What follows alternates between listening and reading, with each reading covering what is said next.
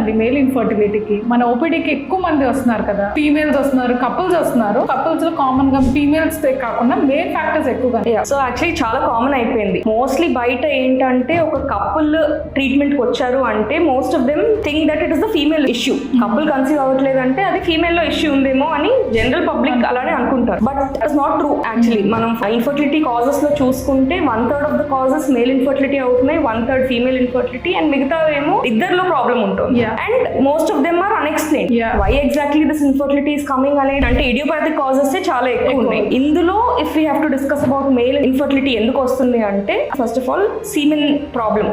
అంటే sperm count అనేది తక్కువ ఉండడం వల్ల, మొటిలిటీ తక్కువ ఉండడం వల్ల, మార్ఫాలజీ అంటే నార్మల్ గా ఉండే స్పర్మ్స్ యొక్క శాతం తక్కువ అయిపోవడం వల్ల మేల్ ఇన్ఫర్టిలిటీ అనేది వస్తుంది. ఇవి వేటి వల్ల వస్తున్నాయి అంటే మోస్ట్ కామన్ కాజ్ ఏంటంటే lifestyle, dietary changes, stress. ఇవే కాకుండా some other causes like varicocele అంటాము, hormonal imbalances, genetic issues, infections, ఇలా ఎన్ నెంబర్ ఆఫ్ కాజెస్ ఉన్నాయి మేల్ ఇన్ఫర్టిలిటీకి.